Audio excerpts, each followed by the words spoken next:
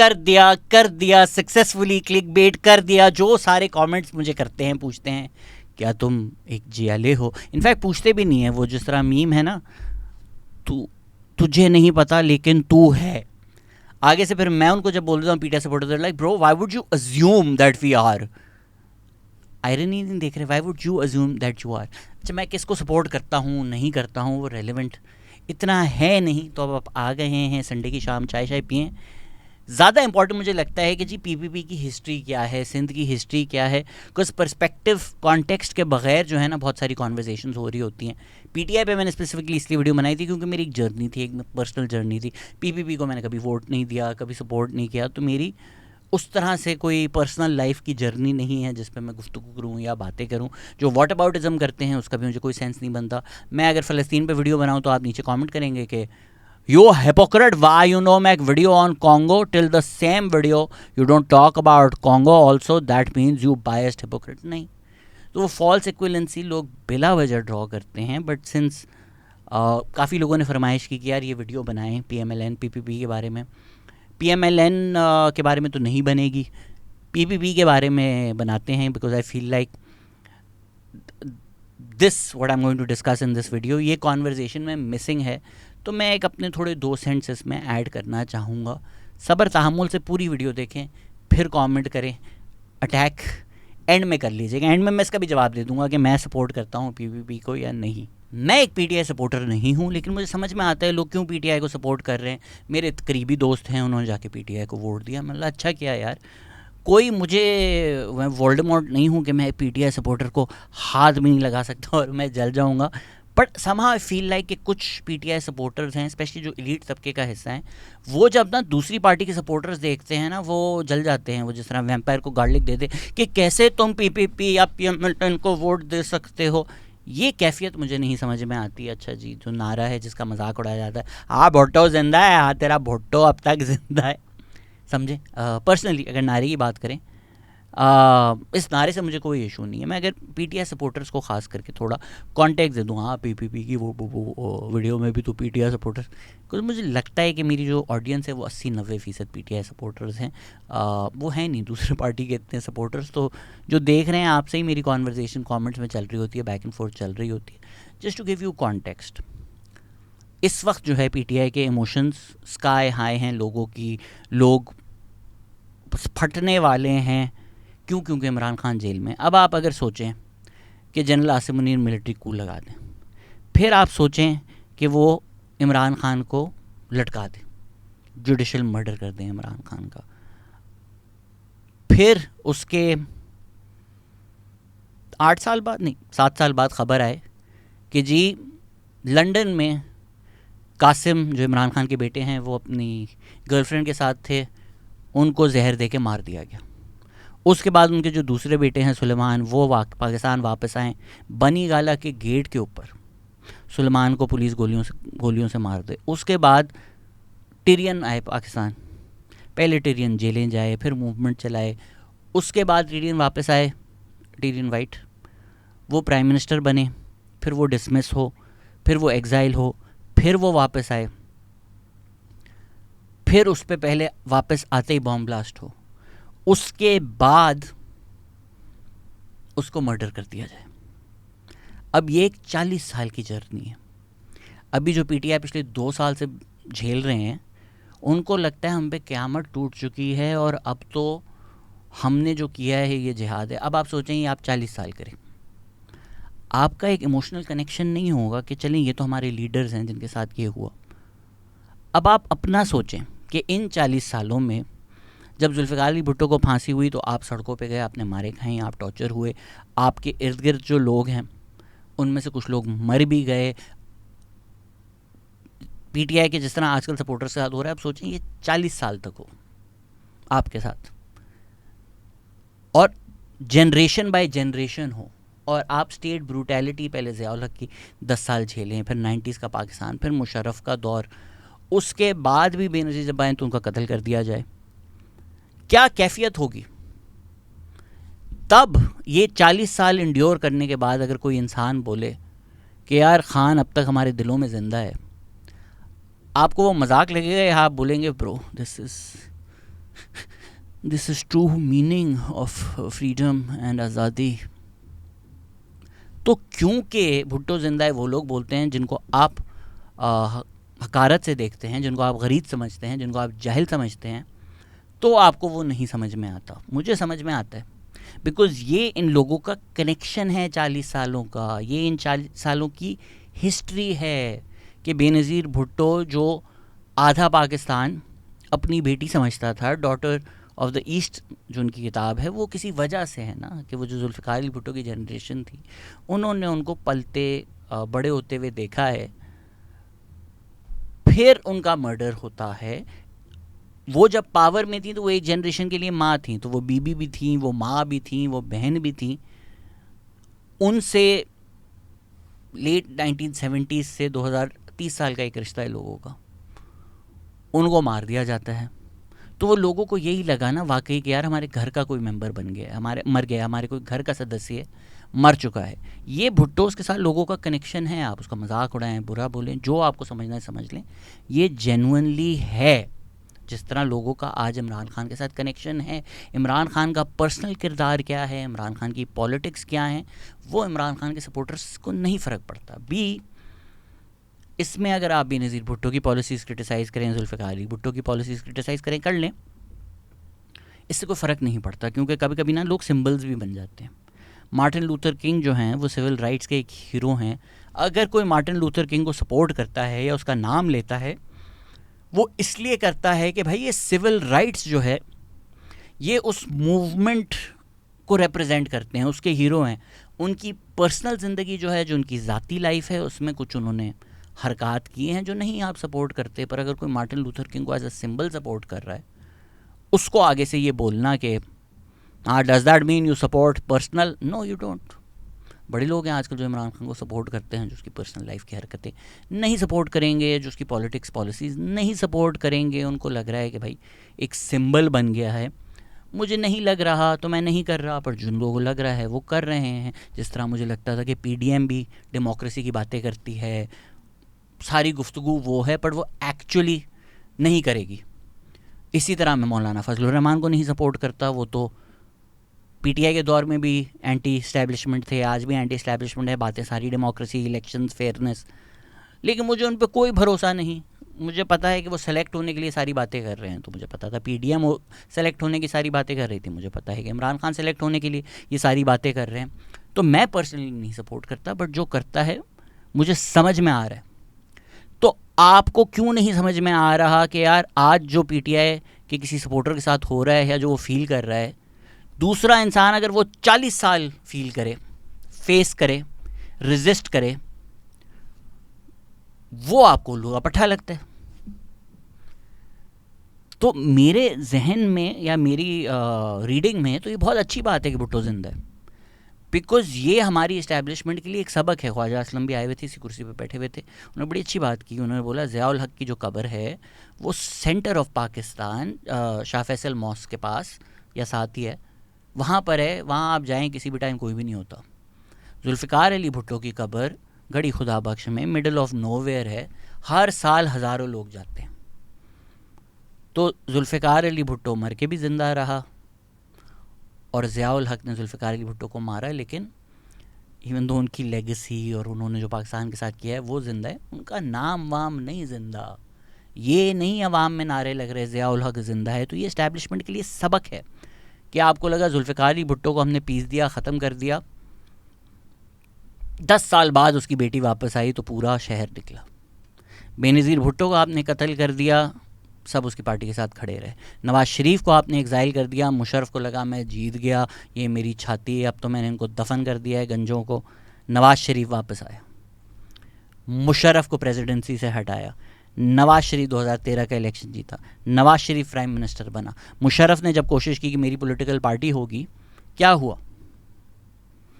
एक साहब हैं, मैं आपको चले ज़राए ख़बर दे देता हूँ जो मैं नहीं देता। एक साहब है, उन्होंने मुझे बोला कि एक दफ़ा जनरल बाजवा ने मुझसे पूछा कि मरियम नवाज़ की रैली निकलेगी और मेरी रैली निकलेगी तो आपको क्या लगता है ज़्यादा लोग किसके सपोर्ट में आएंगे? तो ये साहब हंसना शुरू हो गए। तो एक इस्टेब्लिशमेंट जिसको लगता है कि असल पॉपुलर तो हम हैं, वो मुशर्रफ के टाइम पता चल गया ना कि जब तक वर्दी थी, जब तक पावर थी, जब तक सलूट था आपको, तब तक आपको लगता था पूरा पाकिस्तान आपके साथ है। जिस दिन वो गया तो 30 लोग बाहर नहीं आए आपके लिए। ये मकबूलियत है आपकी। अगर 30-40 साल बाद तारीख लिखी गई आज के दिन की, आपको क्या लगता है कि किसको याद किया जाएगा? इमरान खान को या आज की मिलिट्री इस्टेब्लिशमेंट को? It's obvious. तो जो सियासतदान लोगों के दिल में उतर जाते हैं, भले उनका किरदार अच्छा हो, बुरा हो, जैसा भी हो, वो अगर एक चीज़ के सिंबल बन जाते हैं, और स्पेशली अगर उनके साथ इतनी बड़ी ज़्यादती हुई हो कि मर्डर ही हो गया उनका। मैं इमरान खान की बहुत तनकीद करता हूँ, उनको क्रिटिसाइज़ करता हूँ, खुदा ना खास्ता कल उनका मर्डर हो गया तो मैं पागल हूँ कि मैं 10-15 साल बाद बैठा आपको बता रहा हूँ कि इमरान खान की हेल्थ पॉलिसी और सेहत कार्ड में क्या मसले थे। नहीं, मेरी अभी भी सारी सिंपथीज उनके साथ होंगी, और 10-15 साल बाद जब मैं बात करूँगा तो इमरान खान खुद जो हैं वो एंटी इस्टेब्लिशमेंट नहीं है मेरी नज़र में। लेकिन खुदा ना खास्ता उनको मार दिया जाता है या फांसी हो जाती है, तो जो अवाम उनके सपोर्ट में आएगी या बोलेगी खान जिंदा है, और उनको एक एंटी इस्टेब्लिशमेंट हीरो बनाकर एक एंटी इस्टेब्लिशमेंट मूवमेंट चलाएगी, उसकी बेसिस पर मैं सपोर्ट करूँगा। Because Imran Khan personal feelings does not mean that is how his supporters view हैं। Zulfikar Ali Bhutto's personal feelings does not mean that is how all of his supporters support him। Sorry, मैं अंग्रेज़ी बोल रहा हूँ कि जो ज़ाती किरदार है इमरान खान का या उनकी पॉलिसीज़ का या जुल्फ़िकार अली भुट्टो का, ज़रूरी नहीं है कि जिस वजह से उनको सपोर्ट किया जा रहा है, जिस चीज़ के वो सिंबल बन गए हैं अवाम में, वो उनकी पर्सनल फीलिंग्स और गलतियों को भी सपोर्ट कर रहे हैं साथ साथ। नहीं, ऐसा बिल्कुल नहीं है। अब इस पस मंज़र में उर्दू +1, आप बताएं कौन है ज़ैनी ग़ुलाम? ये लोग जो तारीख़ समझ के, तारीख़ एक्सपीरियंस करके वोट करते हैं, सपोर्ट करते हैं, बातें करते हैं, या आप लोग जिनको 2022 से पहले लगता था कि इस्टेब्लिशमेंट सलूट, इनसे तो बेहतर कुछ नहीं है, 2022 के आप बोलते हैं हमारी तो आंखें खुल गई, हमें पता ही नहीं था। सर, आपको नहीं पता था ना। एक स्पेसिफिक नॉर्थ पंजाब की एलीट है जिसको नहीं पता था, जिसकी अब आंखें खुल गई। बाकी पूरे पाकिस्तान की तो बहुत पहले से आंखें खुली हुई हैं। बलूचिस्तान में बलोच पैदा होने का मतलब ये है कि आपको समझ में आ जाएगा कि स्टेट क्या है, आपके साथ क्या होता है। सिंध जो है थोड़ी डिस्कस करते हैं, बट वो 1947 से ही सिंध को समझ में आ गई थी। तो सिंध और फेडरेशन की जो एक टेंशन है, बंगाल को भी 1947 से ही समझ आना शुरू हो गई थी, और इसलिए उन्होंने 1971 किया। उसकी तारीख हम लिखते हैं क्योंकि वो एक अलग मुल्क बन गया, उन्होंने अपनी तारीख बनाई। यहाँ पे जो रेजिस्टेंस थी, यहाँ की जो तारीख थी, उसको दफन कर दिया गया, मार दिया गया। इसलिए आपको लगता है कि ये तो लेट जाते हैं, ये तो कुछ रेजिस्ट ही नहीं करते। सिंध ने शुरू से रेजिस्ट किया है। खैबर पख्तूनख्वा जो है उसमें जो बादशाह खान के सपोर्टर्स थे, उनको शुरू से ही पता चल गया था, कुछ शुरू से ही समझ में आ गई थी। जो अब्दुल गफ्फार की गवर्नमेंट है वो आपने पाकिस्तान बनने के हफ्ते बाद डिसमिस कर दी थी। जिनको नहीं समझ में आई थी वो पहले ज़ियाउल हक ने जब जिहाद फैक्ट्री बना दिया खैबर पख्तूनख्वा को, फिर मुशर्रफ ने जो जिहाद फैक्ट्री बना दिया, तो खैबर पख्तूनख्वा में भी सबको समझ में आ गया था कि असलियत क्या है, पाकिस्तान क्या है, स्टेट अट्रॉसिटीज़ क्या हैं। 1971 जिसने पढ़ा है उसको समझ में आ गया था। तो जो इमरान खान ने हमारी आंखें खोल दी, सर आपकी गलती है ना। क्या आपने आंखें यूँ फोर्सफुली शट की हुई थी, स्टिचेस लगाए हुए थे अपनी आंखों में? जब सच्चाई आपके सबके सामने थी और हम रो रहे थे, तो सिंधी भी गद्दार थे, बंगाली भी गद्दार थे, मुजीबुर रहमान भी विलन था, फातिमा जिन्ना भी विलन थी, जुल्फ़िकार अली भुट्टो भी विलन था, GM सैयद भी विलन था, बादशाह खान भी विलन था। पाक स्टडीज़ घोल के आपने पी हुई थी, मेरी जिंद मेरी जान आप गाते थे, बाजवा आपको बोला जाता था आपका बाप है। तो इमरान खान की क्या अचीवमेंट है कि आपकी आंखें खुल गई? आपकी इग्नोरेंस है, आपकी नफरत है। और आंखें अब खुली भी क्यों हैं? क्योंकि आप पर आई ये बात। खतीजा शाह को अरेस्ट किया, गलत किया, उनको अगर अनलॉफुली डिटेन किया, जो भी उनका बुरा हुआ। पर खतीजा शाह के जो ग्रैंडफादर हैं वो चीफ ऑफ आर्मी स्टाफ थे। खतीजा शाह कोई रेवोल्यूशनरी औरत नहीं है। हमाद अजहर के वालिद मियाँ मोहम्मद अजहर थे। तैमूर झागड़ा के ग्रैंडफादर जो हैं वो ग़ुलाम इसाक खान थे। इजाज़ुल हक बीच में PTI में थे, ज़ियाउल हक के बेटे। मतलब अयूब उमर अयूब खान के ग्रैंडसन हैं, नहीं भी हैं अगर इनके फैमिली रिश्ते, तो एक एलीट है जो सालों साल इस्टेब्लिशमेंट के साथ रिश्तों में से, इस्टेब्लिशमेंट के बिजनेसेस से प्रॉफिट लेती रही है, जिसने पुट फॉरवर्ड किया है, परपेचुएट किया है पाकिस्तान स्टेट का नैरेटिव, डिफेंड किया है मीडिया में आके, आवाम में आके, पाक स्टडीज़ के ब्लिंकर्स लगा के हिस्ट्री देखी है, उसकी बेसिस पे पश्तून तहफ़्फ़ुज़ मूवमेंट को गद्दार बोला है, उनके मारने को डिफेंड किया है, बलोच के मारने को डिफेंड किया है। इमरान रियाज खान आके बोलते थे बलोच मिसिंग होते हैं तो कुछ किया होगा ना, ऐसी थोड़ी ना मिसिंग हो जाते हैं। तो इस जहनियत के जो लोग थे वो अब आके कहते हैं इमरान खान से पहले तो जाके जरा तारीख तो देखो मेरे दोस्त। जब जुल्फ़िकार अली भुट्टो को टांग दिया, आपको लगता नहीं पूरे सिंध को समझ में आ गई थी, साउथ पंजाब को समझ में आ गई थी। MRD मूवमेंट जब वो रोज़ चला रहे थे, मर रहे थे, टैंकों के सामने आ रहे थे, नदीम फारूक बराचा ने बोला कि 2 गाँवों में तो बॉम्ब भी मार दिए थे, गोलियाँ खा रहे थे, हेलीकॉप्टर फायरिंग हो रही थी, वेट कर रहे थे। बस यार थोड़ी क्लैरिटी नहीं है कि ये क्या हो रहा है कि एक दिन इमरान खान आके आंखें खोलेगा हमारी। तो हमारे रोने को पेरिफेरीज के, आपने सालों साल गद्दारी बोला, आमिर के साथ आप खड़े हुए, आमिर को आपने हीरो माना, अयूब खान, ज़ियाउल हक, मुशर्रफ सबको अब्बू बोला, अब आप कह रहे हैं आंखें खुल गई हैं। तो थोड़ा कसारा तो पे करो ना कि यार ये जो हम इलीट सब्सिडीज़, इलीट एडवांटेजेस लेकर इस्टेब्लिशमेंट के नैरेटिव को सपोर्ट करते थे, सॉरी कुछ तो बोलो। नहीं सर, तब भी आप सही थे, अब भी आप सही हैं, तब भी हम गद्दार थे, आज भी हम गद्दार हैं। तो ज़रा गद्दारी की थोड़ी तारीख़ तो जान लें। अभी मैंने जो हाल ही में वीडियो बनाई थी, बड़े लोग यहाँ के खुली, सिंध ऐसा है, हमें तो पता ही नहीं था, हमें तो लगता था बस जहालत है और बंजर है। क्या है सिंध? सिंध ने भाई पहले एक अपनी मूवमेंट की कि यार हमें आज़ाद होना चाहिए। फिर जब पाकिस्तान बना है, पाकिस्तान बनने से पहले ही जो टेंशन थी वो ये थी, और वो पंजाब में भी थी, वो बंगाल में भी थी, खैबर पख्तूनख्वा में तो कांग्रेस और खुदाई खिदमतगार की गवर्नमेंट थी 1947 में भी। बलूचिस्तान बाद में कलात को एनेक्स किया गया, सबको पता है। तो पेरिफेरीज की टेंशन थी, एक आइडिया था कि मुस्लिम लीग जो है वो लखनऊ पैक्ट हो, मॉडलिमेंटो रिफॉर्म्स हो, सेपरेट इलेक्टरेट्स हो, मुस्लिम माइनॉरिटी प्रोविंसेस को फेवर करते थे। मोहम्मद असीम ने भी लिखा है कि मुस्लिम लीग का स्ट्रक्चर ये था कि जो यूपी और सीपी की लीडरशिप है ये पॉलिसीज़ देती थी और पेरिफेरीज जो हैं वो रिसीविंग एंड पे होते थे। फिर जब पाकिस्तान बना है तो बनते ही आपने सिंध के साथ ऐसी ज़्यादती की कि आपने कराची अलग कर दी। किस बेसिस पे? आपने सिंध के हार्ट को फेडरल कैपिटल बना दिया, बोला फेडरल कंट्रोल होगा, सिंध की जो सारी चीज़ें थीं वो उस पर कब्ज़ा करके आपने बोला अब ये फेडरल हैं, सिंध अपना कैपिटल हैदराबाद को बना ले। किस बेसिस पर? तो पार्टीशन होने के फ़ौरन बाद ही जब ये हुआ है कराची के साथ, सिंध भर में प्रोटेस्ट शुरू हो गई थी। फरवरी 1948 को सिंध में रेजोल्यूशन आया है कि भाई 1940 का जो सिंध असेंबली में 1940 का जो लाहौर रेजोल्यूशन था उसके ख़िलाफ़ है separation of Karachi from Sindh, तो इसको हम कंडेम करते हैं। फरवरी में आया, 2 महीने बाद गवर्नमेंट ने अयूब खोड़ो की सिंध की गवर्नमेंट को ही डिसमिस कर दिया, फेडरल गवर्नमेंट ने, और अपने पसंद का गवर्नर लगा दिया। तो आपने आते ही आमरीत की। ये लोगों को बड़ी पेटी चीज़ें लगती, क्या हो गया यार, ज़बान बोल दी कि उर्दू बोल, तो बहुत बड़ी बात है। सर इसको कॉन्टेक्स्ट में समझें। खैबर पख्तूनख्वा की गवर्नमेंट को डिसमिस किया, सिंध की गवर्नमेंट को डिसमिस किया, लेजिस्लेटिव असेंबली जब बनी 1954 में बंगाल में आपने डिज़ोल्व कर दी। स्टूडेंट प्रोटेस्टर्स ने जब बोला बंगाली को रिकग्नाइज़ करो, आपने उन पर गोलियाँ चलाई, कलात को एनेक्स किया।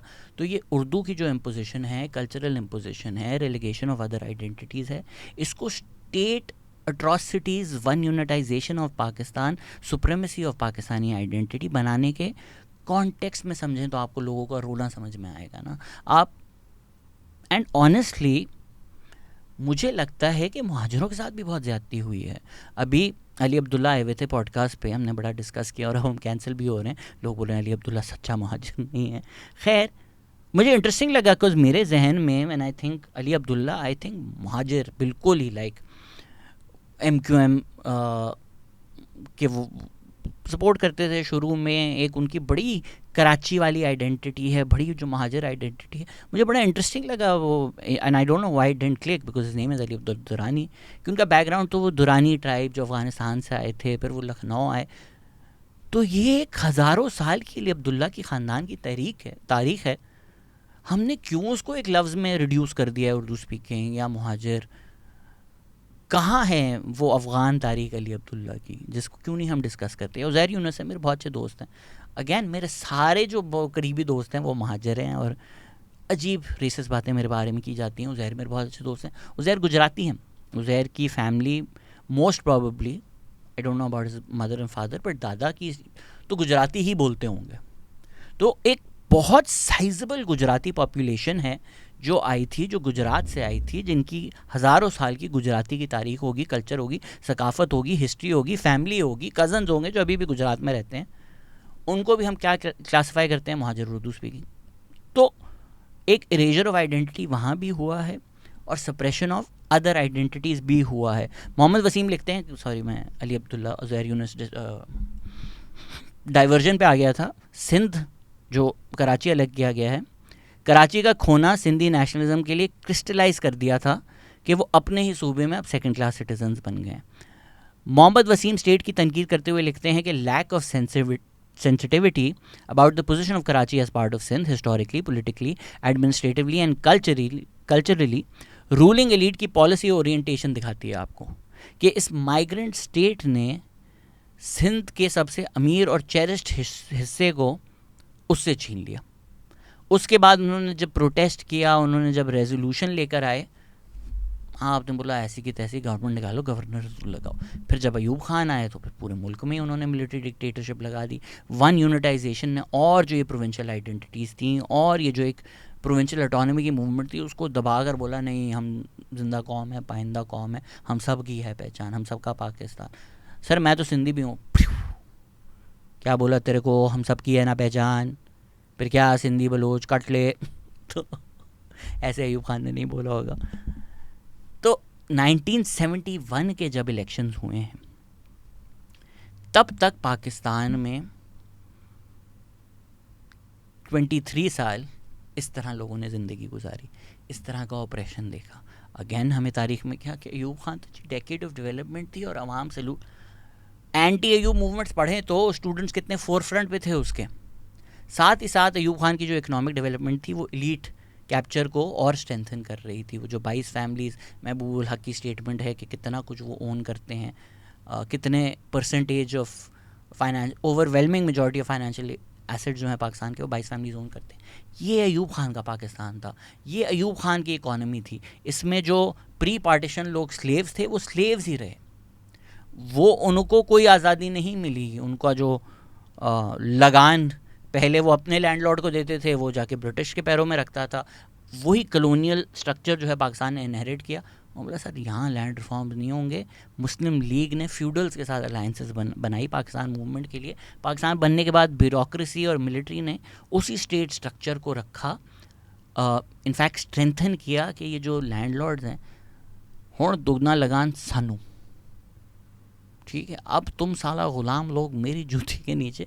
तो वो एक स्ट्रक्चर इस तरह का बना दिया कि लैंडलॉर्ड हमारे साथ मिल के रहें, इनको जो है हम अपने एरिया में थोड़ी बहुत पावर भी दे देंगे, इनको जो है जो हम वेल्थ एक्सट्रैक्ट कर रहे हैं इनसे उसके थोड़े टुकड़े भी दे देंगे।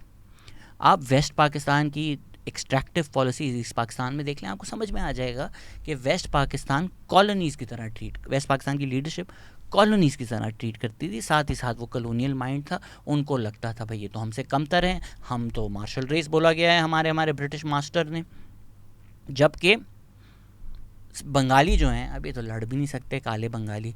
क्या आगे जाके याह्या खान के जनरल ने बोला कि we won't let this black bastards rule over us. तो एक सुपीरियॉरिटी कॉम्प्लेक्स भी था, एक इकोनॉमिक एक्सप्लॉयटेशन का भी मॉडल था। तो सारे जो पेरिफेरीज हैं, बंगाल यूनिक नहीं है उसमें, बंगाल, सिंध, खैबर पख्तूनख्वा, बलूचिस्तान, सबको यही लगता था कि ये दाग दाग उजाला, ये शफ़ कसीदा शहर, ये वो शहर तो नहीं जिसकी आरजू लिए चले थे यार, कि मिल जाएगा कहीं ना कहीं फलक के दश के तारों की आखिरी मंजिल, कहीं तो जाकर रुकेगा सफ़ीना ग़मे दिल। वो आज तक नहीं रुका, ना सफ़ीना आई ना ग़मे दिल रुका। फैज़ ब्रो ने जो बोला था कि गम की शाम है, सर वो रात हो ही नहीं रही, सुबह हो ही नहीं रही, शाम ही शाम चलती आ रही है भाई। इस कॉन्टेक्स्ट में एक पार्टी इमर्ज होती है जिसका नाम है पाकिस्तान पीपल्स पार्टी। इसमें थोड़े लोग फॉल्स इक्विवेलेंस ड्रॉ करते हैं कि सर प्रोजेक्ट इमरान खान आप बोलते हैं कि जी गोदी में दिया गया, पहले हमीद गुल, फिर शुजा पाशा, जनरल ज़हीरुल इस्लाम, फैज़ हमीद, तो Zulfikar Ali Bhutto also started in Ayub's cabinet. No, yes he did. पर खुदा का खौफ करो यार, आप प्रोजेक्ट इमरान खान या पीटीआई से कैसे मिला सकते हैं जिसका जेनेसिस ही है। जुल्फ़िकार अली भुट्टो ने अयूब खान की कैबिनेट में सर्व किया। अयूब खान और जुल्फ़िकार अली भुट्टो की वहाँ फॉलिंग आउट हुई, स्पेशली तस्कन डिक्लेरेशन के बाद। जुल्फ़िकार अली भुट्टो की इमेज मलाइन करने की अयूब खान ने कोशिश की, उनको हरास किया। इसके बारे में अगर आप और जानना चाहते हैं इसलिए फ़ोन उठाया था रेफरेंस देने के लिए। सैयद वक़ार अली शाह की किताब है Pakistan Peoples Party, the twin legacies of socialism and dynastic rule, उसमें पढ़ लें, आपको ये समझ में आ जाएगी। वहाँ जुल्फ़िकार अली भुट्टो ने छोड़ा, गोद में मिलिट्री के नहीं आए, बिल्कुल कैबिनेट में वो सिलेक्ट हुए थे, बट इस्टेब्लिशमेंट की बार बार सपोर्ट या पीपल्स पार्टी इस्टेब्लिशमेंट ने नहीं बनाई।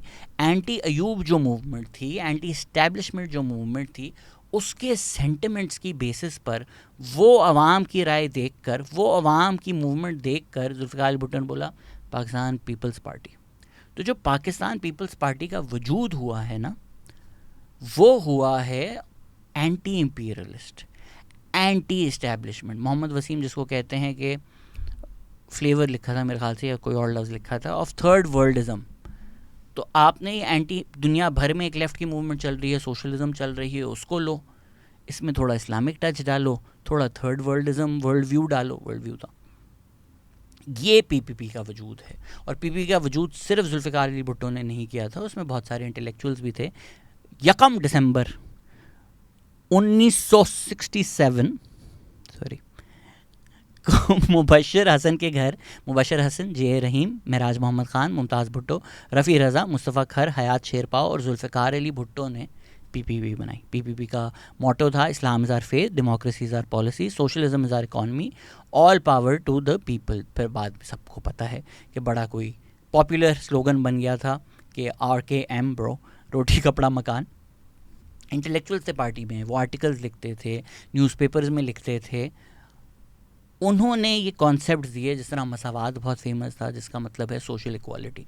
साथ ही साथ पीपीपी के जो खिलाफ फिर पार्टी आई, वो जो इस्टेब्लिशमेंट स्पॉन्सर्ड जमात इस्लामी थी। पीपीपी एक सोशलिस्ट पार्टी थी।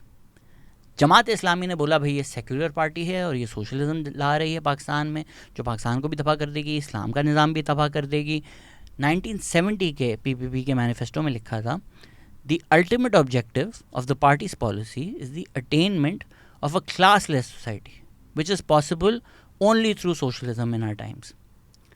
Sound like somebody we know, doesn't it? Karl Marx का आपको इतना इन्फ्लुएंस नज़र आ रहा है।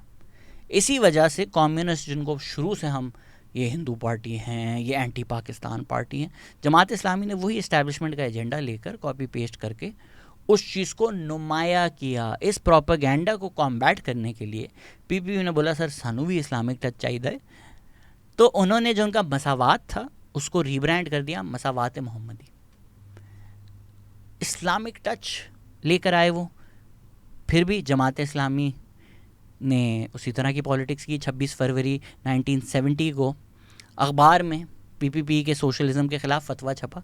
113 उलमा ने उसको साइन किया हुआ था। 1970 में वही हो रहा था जो आज पाकिस्तान में हो रहा है। फातिमा जिन्ना के ख़िलाफ़ फतवे आए, जुल्फ़िकार अली भुट्टो के ख़िलाफ़ फतवे आए, पीपीपी के ख़िलाफ़ फतवे आए, कम्युनिज़म के ख़िलाफ़ फतवे आए, सोशलिज्म के ख़िलाफ़ फतवे आए। 2018 में PMLN को वोट देना हराम था, 2024 में PTI को वोट देना हराम था। उस वक्त भी फतवे आ रहे थे, आज भी फतवे आ रहे थे। तो ये जो मुल्ला मिलिट्री नेक्सस है, बहुत हमने बात की है। हुसैन हक्कानी की किताब है, पढ़ लें, उसमें या तो हमारी वीडियोज़ हैं वो देख लें। उसको इस्तेमाल किया जा रहा था पीपीपी के खिलाफ। पर अवाम spoke in the 1970 elections. East Pakistan में अवामी लीग सेलेक्ट हुई, वेस्ट पाकिस्तान में पीपीपी सेलेक्ट हुई। सेलेक्ट क्यों बोल रहा हूँ मैं। दोनों के पार्टी मैनिफेस्टोज, एजेंडाज सोशलिस्ट थे। दोनों एंटी इस्टेब्लिशमेंट थी। जो प्रो इस्टेब्लिशमेंट थी जमात इस्लामी, उसके आप रिजल्ट्स देख लें। कराची हमेशा से मिक्स्ड रहा है। कराची में एक heavy pro religious right leaning रही है, despite Karachi historically being metropolitan, despite Karachi having diversity. एक रिलीजियस राइट का भी यहाँ पर प्रेजेंस रही है। तो जमात इस्लामी ने 3-4 सीटें उस टाइम, कराची की आधी या 40% सीटें, जाकर देख लें विकीपीडिया पर, वो जीती थी 1970 के इलेक्शंस में बिल्कुल। But mostly socialist party, socialist agenda, anti establishment agenda, वो जीता है। अगेन एक मिसनोमर है, the Pakistan army has never lost an election. 1970 में पहला पाकिस्तान की तारीख का इलेक्शन हुआ, अडल्ट फ्रेंचाइज पे जनरल इलेक्शन हुआ, एंटी एस्टैब्लिशमेंट वोट पड़ा, फिर पीपीपी जीती 1975 में, फिर उन पर रिगिंग लगा दी, खैर 1977 में सॉरी। फिर ज़ियाउल हक के बाद 1988 में इलेक्शंस हुआ, पूरा जोर लगा दिया मिलिट्री इस्टेब्लिशमेंट ने, आईजीआई बनाई, पीपीपी के खिलाफ फंड किया, इलेक्शंस मैनेज किए, एंटी इस्टेब्लिशमेंट वोट इतना बड़ा कि पीपीपी जीती। 1997 में तो खैर फिर आपने पीपीपी को एलिमिनेट ही कर दिया था। 2008 में उसके बाद, अगेन ये बहुत इंटरेस्टिंग नहीं है कि अयूब खान 11 साल मार्शल लॉ, उसके बाद याह्या खान 1 साल, 12 साल की मिलिट्री डिक्टेटरशिप के बाद पाकिस्तान हैंड ओवर कर दिया पीपीपी जुल्फ़िकार अली भुट्टो को। फिर जी ज़ियाउल हक आए, उन्होंने 10 साल जो किया वो किया, उसके बाद पीपीपी बेनज़ीर भुट्टो को हैंड ओवर कर दिया। उसके बाद मुशर्रफ आए, 10 साल 9 साल जो किया पार्टी की, उसके बाद वापस पीपीपी को हैंड ओवर कर दिया। तो obviously things don't exist in binaries, but ये इंटरेस्टिंग है कि पाकिस्तान के पहले जो 60 साल हैं, हमारे पास ऑप्शन आ रहे हैं मिलिट्री डिक्टेटरशिप या पीपीपी। 2 साल पहले जो थे आईजीआई के, नवाज शरीफ के, वो तो बिल्कुल एक मिलिट्री डिक्टेटरशिप थी। बाद में जब वो आए 1997 में, वो फिर मिलिट्री के शैडो से निकल चुके थे, इवन दो इलेक्शंस में पीपीपी को आप पीपीपी की एस्टैब्लिशमेंट बजा के रखी हुई थी, तो ऑप्शंस कम थे नवाज शरीफ और पीएमएलएन के वोट देने के अलावा। बट वो उन्होंने अपनी इतनी काबिलियत, पॉपुलैरिटी मनवा ली थी कि 2/3 जीत कर आई है पीएमएलएन। तो वो 2 साल पीएमएलएन के आप निकाल लें। उसके अलावा तो military dictatorship right from the start of Ayub, उससे पहले भी ब्यूरोक्रेसी मिलिट्री ने कंट्रोल ले लिया था। So the only option people have had, the only face of democracy people have had till 2013, apart from 2 years of PMLN, is PPP, is the Pakistan People's Party। 23 साल बाद आप election कराते हैं, election result की वजह से मुल्क टूट जाता है। मेरी पूरी वीडियो है 1971 में, क्या जुल्फ़िकार अली भुट्टो का रोल था, क्या नहीं था, वो जाकर आप देख लें अगर आप स्पेसिफिकली वो जानना चाहते हैं। लेकिन एक बन गया जिस तरह भी डेमोक्रेटिकली इलेक्टेड प्राइम मिनिस्टर, और ये बनने की आपने उसको इतनी सज़ा दी कि आपने उसको लटका दिया। जुल्फ़िकार अली भुट्टो ने पाकिस्तान में वन यूनिटाइजेशन ख़त्म की, प्रोविंसेस को वापस उनकी आइडेंटिटी दी, कॉन्स्टिट्यूशन बनाया, लोगों को पहचान दी, एलीट कैप्चर को तोड़ने की कोशिश की, लैंड रिफॉर्म्स नहीं किए, लेकिन बलूचिस्तान में ऑपरेशन किया, मिलिट्री अकाउंटेबिलिटी नहीं की, महमूद रहमान कमीशन पहले ख़ुद बोला बनाओ, फिर उसको सप्रेस किया, डेमोक्रेसी को स्ट्रेंथन नहीं किया despite being a democratically elected leader, autocratic थे। नेशनलाइजेशन की जो उनकी पॉलिसी है, इट्स मच डिबेटेड, मोस्टली लोग नेगेटिव ही बोलते हैं। कैसर बंगाली यहाँ आए हुए थे, यहाँ नहीं आए हुए थे, जूम पे थे, तो उन्होंने बोला कि भाई वो नेशनलाइजेशन नहीं करते तो पाकिस्तान बैंकरप्ट हो जाता, तैमूर रहमान भी डिफेंड करते हैं। ये एक dissection of Zulfikar Ali Bhutto's policies, गलतियाँ सही वो नहीं हैं। जब आप एक आदमी को लटका देते हैं, मिलिट्री इस्टेब्लिशमेंट स्पेशली, उसके बाद उसकी इकोनॉमिक पॉलिसी में क्या मसला था, ये 40-50 साल बाद डिस्कस करना सेंस नहीं बनता ना। पाकिस्तान में सेंसलेस बातें होती हैं। जी जुल्फ़िकार अली भुट्टो भी तो ऑटोक्रेटिक, सर वो ऑटोक्रेटिक थे तो उनको लटकाकर जो 11 साल आपने डिक्टेटरशिप लगाई वो ऑटोक्रेटिक नहीं है। गुलाम इसाक़ खान कहते हैं बेनज़ीर भुट्टो को हटाना ज़रूरी था क्योंकि वो करप्शन कर रही थी। तो 1990 के इलेक्शन में गुलाम इसाक़ खान ने जितनी करप्शन की, जाके असगर खान का केस तो पढ़ें। तो जी वो जुल्फ़िकार अली भुट्टो को मारना ज़रूरी था, वो ऑटोक्रेटिक थे। उसके बाद डिक्टेटरशिप आ गई, वो ऑटोक्रेटिक नहीं है। बेनज़ीर भुट्टो करप्ट थी, सब ने बाकी फिर करप्शन की, वो करप्शन नहीं है। सो these narratives which I don't promote, which I don't talk about, which people keep going after me, लेकिन मैं एक्सटर्न रहता हूँ क्योंकि मुझे पता है कि एस्टैब्लिशमेंट अपने टाउट्स को पहली चीज़ ये बोलती है कि सियासतदानों को गालियाँ दो। तारीख़ में उन्होंने सियासतदानों को गंदा किया हुआ है। पहला जो कॉन्स्टिट्यूशन बना उसको तबाह किया, फाउंडिंग फादर्स ऑफ पाकिस्तान को करप्ट बोला, उनको अरेस्ट किया, फिर उसके बाद फातिमा जिन्ना मदर ऑफ द नेशन, उनके खिलाफ स्लैंडरस कैंपेन चलाई, फिर जुल्फ़िकार अली भुट्टो आए, उनको लटका दिया, फिर ज़ियाउल हक ने बोला भाई सादिक नमीन जो होंगे उनको मैं लेकर आऊँगा, फिर आपकी 2 पार्टीज़ बनी, उनको आपने एग्जाइल कर दिया। फिर मुशर्रफ ने बोला मैं PMLQ बनाऊंगा। फिर PTI ये जो देव सियासतदान 70, अबे कीड़े 70 साल वो हो गई है मेरी पूरी वीडियोस पर। मैं इस नैरेटिव को प्रमोट ही नहीं करना चाहता। अभी रिसेंटली IPP इस पर भी बहुत हुआ, मैंने बात ही नहीं की, क्योंकि नजम सिटी का भी इस पर प्रोग्राम है कि अगर तो आप गवर्नमेंट को गिराने के चक्कर में वीकन कर रहे हैं तो एक नैरेटिव बना रहे हैं कि PMLN PPP ने पाकिस्तान को बैकरप्ट किया है IPP डील्स करके। F-16 डील्स कितने की हुई, क्यों हुई, वो कोई नहीं बात कर सकता। वो फिर एक काला F-16 किया वीगो आएगी डायरेक्ट आपको और बोलेगी सर मैं आपको बताता हूँ F-16 की डील्स क्या हुई, कितने की हुई। तो मुझे पसंद ही नहीं, मैं उस इस्टेब्लिशमेंट के जाल में, स्कीम में आना ही नहीं चाहता। जिस तरह इमरान रियाज खान बोलते हैं हमें फाइलें दिखाते थे नवाज शरीफ और PPP कितनी करप्ट है, इसलिए हम उन पर भाई तो क्यों देखता था जाकर। तो ये जो इस्टेब्लिशमेंट नैरेटिव्स बनाती है मैं तो उसमें पढ़ना ही नहीं चाहता। प्रिंसिपल पे आप बात करें कि भाई किस बेसिस पे सिविलियन प्राइम मिनिस्टर्स को आप लटकाते हैं, मारते हैं और कू लगाते हैं। एक और जो चीज़ है कि एक ब्यूरोक्रेटिक एलीट थी जिसने पाकिस्तान का कंट्रोल लिया हुआ था, Zulfikar Ali Bhutto civil service reform लेकर आए, वो बिल्कुल नहीं पसंद आया ब्यूरोक्रेसी को। साथ ही साथ नेशनलाइजेशन पसंद हो आपको ना हो, जो एक इकोनॉमिक एलीट 22 फैमिलीज़ का होल्ड था वो तोड़ने की एक कोशिश ज़रूर थी, बिल्कुल नहीं पसंद आया इकोनॉमिक एलीट को। साथ ही साथ एक वेस्टर्न पाकिस्तान की जो लीडरशिप है उसका एक रेसिस्ट एटीट्यूड भी है कि यार ये तो हमसे कमतर लोग हैं। तो there was hatred, there was contempt कि कौन अपस्टार्ट है। मजबूरी थी 1971 में जो हुआ, उसके बाद थोड़ा टाइम बैरिक्स में रहने की। सपोर्ट उस तरह से नहीं किया।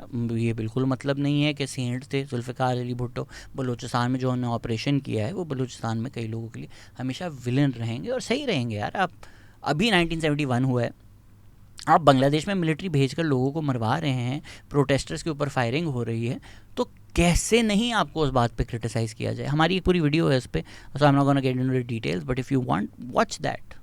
सियासतदानों की लेगेसीज मिक्स ही होती हैं। जहाँ जुल्फ़िकार अली भुट्टो कई लोगों के लिए विलन हैं, वहाँ कई लोगों के लिए वो हीरो भी हैं। कॉन्स्टिट्यूशन मिला, लोगों को पहली दफ़ा पता चला कि यार हम भी सिटीज़न हैं, हम भी पासपोर्ट ले सकते हैं। लिटरली पासपोर्ट कॉमनली नहीं मिलता था, वो जुल्फ़िकार अली भुट्टो के टाइम में लोगों को मिलना शुरू हुआ।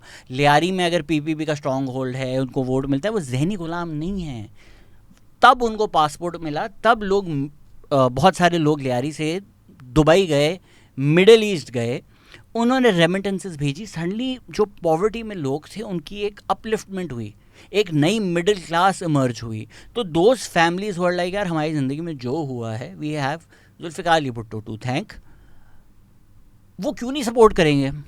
इसी तरह अगर कोई इंसान है, उसकी वालदा, उसके वालिद, उसके घर वाले, अगर उनका शौकत खानम में इलाज हुआ है, उस इलाज के बगैर उनके घर वाले मर जाते हैं, यार वो क्यों नहीं सपोर्ट करेंगे इमरान खान को। जुल्फ़िकार अली भुट्टो के टाइम पे सेकंड अमेंडमेंट भी पास हुआ। अगेन ये पॉलिसीज़ ये वो इन पे क्रिटिसाइज़ करना बनता है जब इनके कॉन्टेक्स्ट की बात हो, जब पूरी की पूरी बात हो, तारीख लिखी जाए, ये सारी बातें उसमें लिखी जाएँ। हमने इनमें से कई बातों पे वीडियोस बनाई हुई हैं।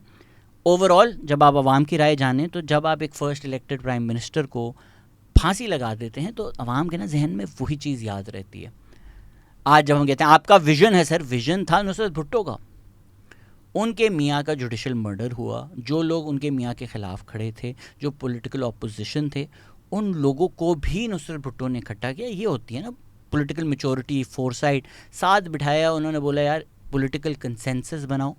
इस वक्त ये जो फ़ौजी आमिर हैं, ज़ियाउल हक हैं, इनको गिराना है, डेमोक्रेसी को रिस्टोर करना है। तो in the wider interest of democracy, ये जो पहले अपोजिंग साइड्स पे थे, राइवल से, ये साथ बैठे, लोगों ने माफ़ी भी मांगी नुसरत भुट्टो से for their role in the murder of Zulfikar Ali Bhutto. फिर सिंध में, साउथ पंजाब में, इवन नॉर्थ पंजाब में उस तरह नहीं, पर शुरू में तो एक movement for restoration of democracy चली। लोग सड़कों पर आए, सालों साल सड़कों पे आए, रोज़ रोज़ सड़कों पर आए। अगेन हमें अपने आप से हमारी तारीख नहीं बताई जाती, पढ़ाई जाती, तो हमें अपने आप से एक नफ़रत करा दी गई है कि यार बांग्लादेश में होता, पाकिस्तान नहीं हुआ। Movement for restoration of democracy में ख्वाजा असलम की आप हमारी पॉडकास्ट देख लें, उनकी किताब पढ़ लें, यहीं पढ़ी हुई होती थी काफ़ी साल तक, पीपल्स मूवमेंट। आप पढ़ें तो लोगों ने किस तरह रेजिस्ट किया, और रेजिस्ट भी आप किसको कर रहे हो, ज़ियाउल हक को। उस वक्त बेनज़ीर भुट्टो को भी जेल में डाला गया। वो जब सखर जेल में गई तो वहाँ रात के टाइम में ख्याल से इलेक्ट्रिसिटी भी नहीं होती थी, उनके कान में एक इन्फेक्शन हो गया जिसने ज़िंदगी भर उनको टेंशन दी। इवन ख्वाजा असलम जो हमारे आए हुए थे पॉडकास्ट पे, उनको टॉर्चर किया गया, कई लीडर्स को पकड़ा गया, टॉर्चर किया गया, उनकी फैमिलीज़ ने सफ़र किया। ये एक 10 साल की रेजिस्टेंस मूवमेंट है जिसके बाद बेनज़ीर भुट्टो प्राइम मिनिस्टर बनी है। विरसे में नहीं मिला, नेपोटिज्म वाला आर्ग्यूमेंट कहीं से नहीं अप्लाई होता, गोद में उनकी पीपीपी नहीं डाल दी गई थी। ज़ियाउल हक के ख़िलाफ़ एक डेकेड लॉन्ग रेजिस्टेंस और मूवमेंट थी, उसके बाद डेमोक्रेसी रिस्टोर हुई है। बेनेवलेंट डिक्टेटर्स नहीं होते, खैरात में आप लोगों को आज़ादी नहीं मिलती। 1988 के इलेक्शन में खुलकर इस्टेब्लिशमेंट ने आईजीआई को सपोर्ट किया बेनज़ीर के खिलाफ, फिर भी बेनज़ीर जीती, प्राइम मिनिस्टर बनी। एक हिस्टोरिकल रिविजनिज्म होता है 1986 में जब बेनज़ीर आई हैं, आप जाके लाहौर की तस्वीरें देखें।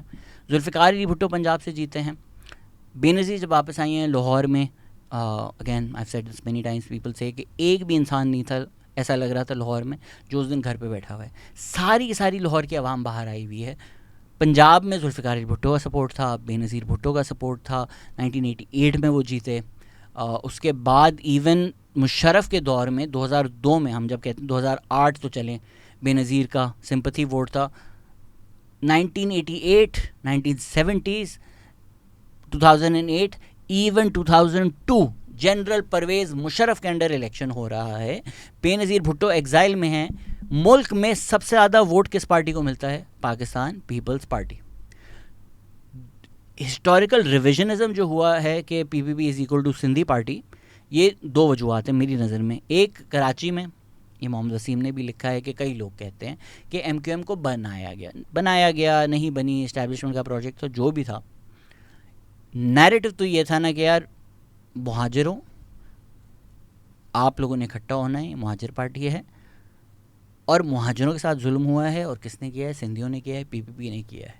तो जो पीपीपी की ब्रांडिंग थी एज सिंधी पार्टी, वो कराची में हो गई।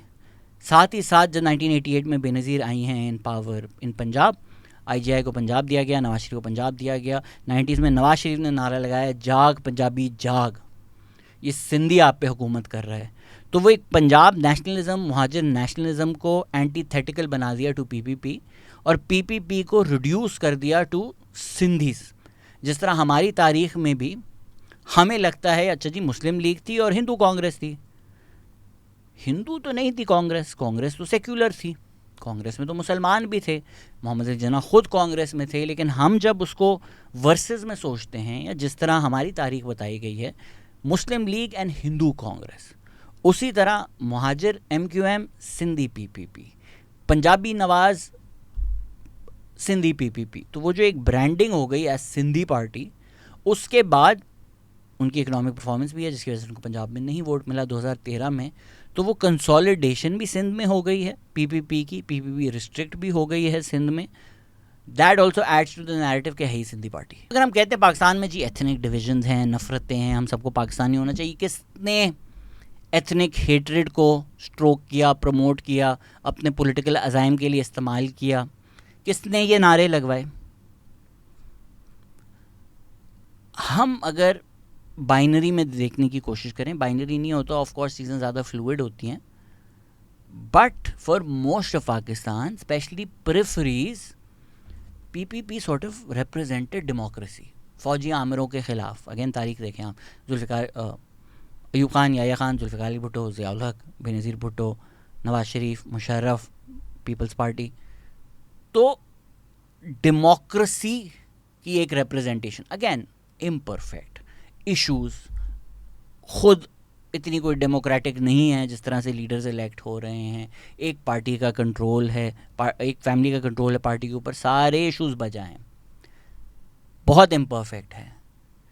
बट उसके बरक्स मिलिट्री डिक्टेटरशिप है, उसके अलावा दूसरा ऑप्शन मिलिट्री डिक्टेटरशिप है। तो पाकिस्तान की अगर आप तारीख देखें तो कितनी पॉलिटिकल पार्टीज़ हैं या कितनी डेमोक्रेटिक पार्टीज़ हैं। आप 1947 से सिलसिला अगर शुरू करें, ईस्ट पाकिस्तान में अवामी लीग डेवलप हुई, 1970 में आके पाकिस्तान में पाकिस्तान पीपल्स पार्टी डेवलप हुई। कौन सी mass movement national level political parties हैं पाकिस्तान में? नॉट ओनली प्री 1970, आज तक PMLN मिलिट्री इस्टेब्लिशमेंट ने बनाई आईजीआई, उसके शैडो से निकल के नवाज शरीफ ने पीएमएलएन बनाई। 97 तक आप कह सकते हैं पीएमएलएन दूसरी पार्टी बनकर आ गई थी। पार्टीशन के 50 साल बाद पाकिस्तान को दूसरी पार्टी मिल रही है।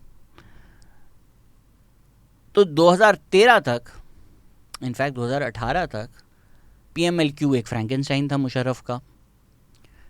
दो पॉलिटिकल पार्टीज़ हैं ना, तो डेमोक्रेसी जितनी भी इम्परफेक्ट है, जितने भी मसले मसाइल हैं, डेमोक्रेसी के रिप्रेजेंटेटिव्स पाकिस्तान में यही दोनों लोग थे। और इनको जिस तरह हिस्ट्री इनके बारे में बात करती है या लिखती है, मेरे ख्याल से बहुत नाजायज़ है। किस बेसिस पे हम बेनज़ीर भुट्टो की गवर्नमेंट को जज करें या उनकी पॉलिसीज़ इधर डिस्कस करें। 1988 में वो प्राइम मिनिस्टर बनती हैं। प्राइम मिनिस्टर बनने से पहले उनको कहा जाता है IMF की डील रेटिफाई करो ना, असेंबली सेशन तक कॉल नहीं होगा। असेंबली सेशन कॉल होता है, 10 महीने बाद उनके खिलाफ ऑपरेशन मिडनाइट जैकल कर दिया जाता है। कहा जाता है कि वो जब प्राइम मिनिस्टर बनी है, ऑफिसर्स उनको सलाम नहीं करते थे, ये बोल करके ये औरत हैं। जिस दिन वो प्राइम मिनिस्टर बनी है उस रात एक सोवियत प्लेन को इजाज़त मिल गई जो हाईजैक हुआ था पाकिस्तान में लैंड करने की, और सिविल ऑफिसर्स ने प्राइम मिनिस्टर को बताया ही नहीं। उनको लगा इंपॉर्टेंट ही नहीं कि प्राइम मिनिस्टर को ये इन्फॉर्मेशन दी जाए। इस तरह उनकी गवर्नमेंट चल रही थी और पंजाब उस वक्त IGI के हाथ में था। तो इन 10 महीनों पे हम किस बेसिस पे इनको जज करें कि यार 10 महीने में पाकिस्तान बर्बाद कर दिया इन्होंने, और जो 75 साल जिन लोगों ने रूल किया है वो हमें बता रहे हैं कि अच्छा जी सियासतदान करप्ट हैं। फिर ऑपरेशन मिडनाइट जैकल के 10 महीने बाद गुलाम अहमद खान ने उनको डिसमिस कर दिया। नवाज शरीफ आए, फिर बेनज़ीर वापस आई। उस वक्त वो ज़्यादा कंट्रोल में थी, उनको पता था अच्छा यार मैंने नहीं पोक करना है इस बेयर को। फिर नवाज शरीफ वापस आए, फिर 10 साल का एग्ज़ाइल हो गया, फिर PPP आई। तो हम जब पाकिस्तान पीपल्स पार्टी की बात करते हैं, मेरे ख्याल से हम किसी सिंगुलर एंटिटी की बात ही नहीं कर रहे हैं। जुल्फ़िकार अली भुट्टो की एक पाकिस्तान पीपल्स पार्टी थी, बेनज़ीर भुट्टो की एक पाकिस्तान पीपल्स पार्टी थी, और फिर ज़रदारी की एक पाकिस्तान पीपल्स पार्टी है। You almost have to think of these three as 3 different political parties. और ये बातें बेनज़ीर भुट्टो और नवाज शरीफ को समझ में आ गई थी। आप 2000 का एनुअल हेरल्ड पढ़ें तो उसमें जो बेनज़ीर भुट्टो बातें कर रही हैं वो लिटरली वो बातें हैं जो मैं आज कर रहा होता हूँ। पाकिस्तान का बेसिक मसला क्या है, बेनज़ीर भुट्टो कहती हैं inability of the military to bow to the people's will. फिर आप कहते हैं अनप्रेसिडेंटेड बातें हो रही हैं। ये हेरल्ड में छप रहा था, लोग पढ़ रहे थे। उनसे जब पूछा गया भाई ये क्यों है, क्योंकि मिलिट्री का व्यू सिक्योरिटी और गवर्नमेंट पर पॉपुलर विल से बरक्स है। हम वही बातें कर रहे हैं आज। पाकिस्तान एक फेडरेशन है पर आर्म फोर्सेस प्रोविंशियल यूनिट्स को डिस्ट्रस्ट करती हैं। They are scared of giving up power. Benazir पूछा कैसे इसको फिक्स करें, उन्होंने बोला पावर को और डिवॉल्व करें। तो ये बातें सिंध समझ चुका था, पीपल्स पार्टी समझ चुकी थी, बेनज़ीर भुट्टो समझ चुकी थी, नवाज शरीफ को भी फिर समझ में आई। कुछ अनप्रेसिडेंटेड नहीं, नवाज शरीफ का आप ये इंटरव्यू सुन लें, उनकी बातें सुन लें। इस सबक की वजह से बेनज़ीर भुट्टो और नवाज शरीफ ने चार्टर ऑफ डेमोक्रेसी साइन किया 2006 में। एक होप थी पाकिस्तान के लिए। चार्टर ऑफ डेमोक्रेसी में बहुत बात कर चुका हूँ, वो जी एक्सटिंग्विश हो गई क्योंकि आपने अगले साल आते ही बेनज़ीर भुट्टो का कत्ल कर दिया। आपने पहले बॉम्ब ब्लास्ट किया, उसके बाद उनका कत्ल कर दिया, उसके बाद government I, PPP, struggle with global oil crisis, struggle against the judiciary, prime minister को फारिग कर दिया। अगैन मैं कोई इकोनॉमिक पॉलिसीज़ का ब्रेक डाउन नहीं करूँगा। 58(2) भी निकालना अच्छी बात थी, 18 अमेंडमेंट बहुत अच्छी बात थी, प्रोविंशियल ऑटोनॉमी को देना बहुत अच्छी बात थी, इकोनॉमिक परफॉर्मेंस वीक थी, उसकी वजह से वो लोगों ने वोट नहीं दिया। यही तो डेमोक्रेसी की खूबसूरती है कि भाई आप परफॉर्म करो, नहीं करो लोग नहीं वोट देंगे।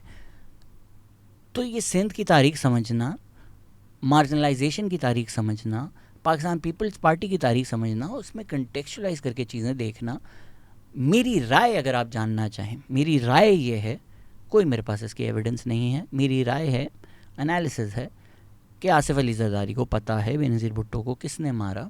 उन्होंने देखा कि यार अच्छा मुल्क का फ़ायदा किस चीज़ में है, मेरा फ़ायदा किस चीज़ में है, मेरे बच्चों की सेफ्टी किस चीज़ में है, पाकिस्तान पीपल्स पार्टी का फ्यूचर किस चीज़ में है। तो उन्होंने बोला ठीक है democracy is the best revenge, power में आएंगे, मुशर्रफ को पावर से उतरवाएंगे, 18 अमेंडमेंट लाएंगे, प्रोविंशियल ऑटोनॉमी बढ़ाएंगे, एक्सटेंशन देंगे, और इस तरह Aahista Aahista step by step democracy foot hold लेगी पाकिस्तान में, सिविलियन ट्रांसफ़र ऑफ पावर होगा।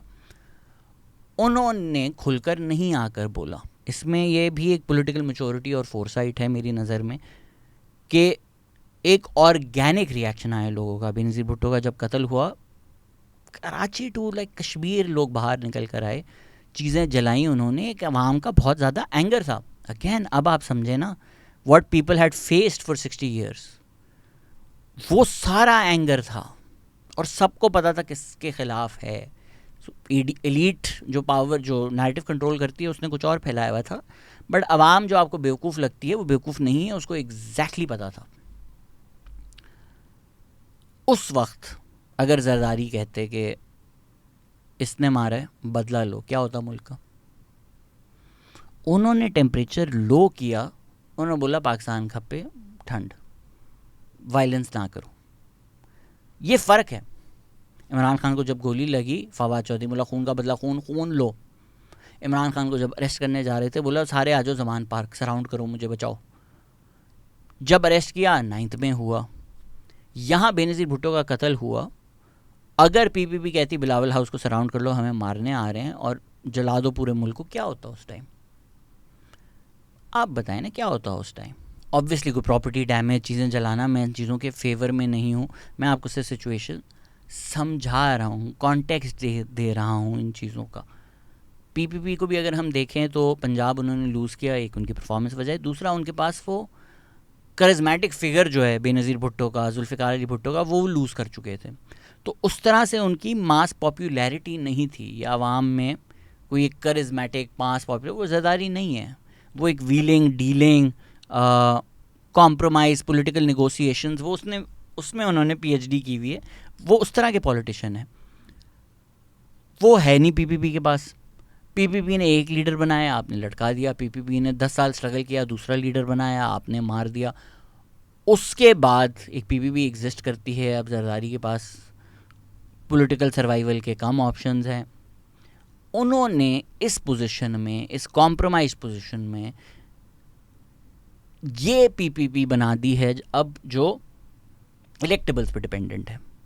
बिलावल भुट्टो आए इस पॉडकास्ट पे, मैंने उनसे पूछा कि भैया आपने नाजिम जोकियों के जो अक्यूज्ड हैं मर्डरर, उनको बुलाया। जवाब उन्होंने जो भी दिया कि यार अच्छा वो नहीं हैं, उनके कज़न हैं जो थे, उनको नहीं टिकट दिया। इन बिटवीन द लाइंस जो मैंने पढ़ा है, जो मेरी रीड है, वो भी सॉर्ट ऑफ कह रहे थे कि मैं इतना पावरफुल नहीं हूँ, ये इलेक्टेबल्स जो होते हैं ये पार्टी को भी होस्टेज रख सकते हैं। सॉर्ट ऑफ ऐसा नहीं है कि बिलावल भुट्टो किसी को भी टिकट दे दें तो वो जीत जाएं। तो वो भी आपको एक ज़रा कॉम्प्रोमाइज़ करके चीज़ें लेके जानी पड़ती हैं। अच्छा यार, कल को हमने ये लेजिस्लेशन करना है, ये करना है, तो ये सीट्स हमने जीतनी है। वो सीट्स हमने कैसे जीतनी है, किन के थ्रू जीतनी है? तो क्योंकि एक जुल्फ़िकार अली भुट्टो नहीं है, एक बेनज़ीर भुट्टो नहीं है पीपीपी के पास, they have become more reliant on electables. ये जो पूरा सिस्टम है, जो पूरा पॉलिटिकल स्ट्रक्चर है पाकिस्तान का, ये किसने बनाया है? ब्यूरोक्रेसी और मिलिट्री और इस्टेब्लिशमेंट ने, कंट्रोल करने के लिए। कलोनियलिज्म से किसने इनहेरिट किया? ब्यूरोक्रेसी, मिलिट्री, इस्टेब्लिशमेंट ने। वो इसको चला रहे हैं, उन्होंने इन्वेंट नहीं किया।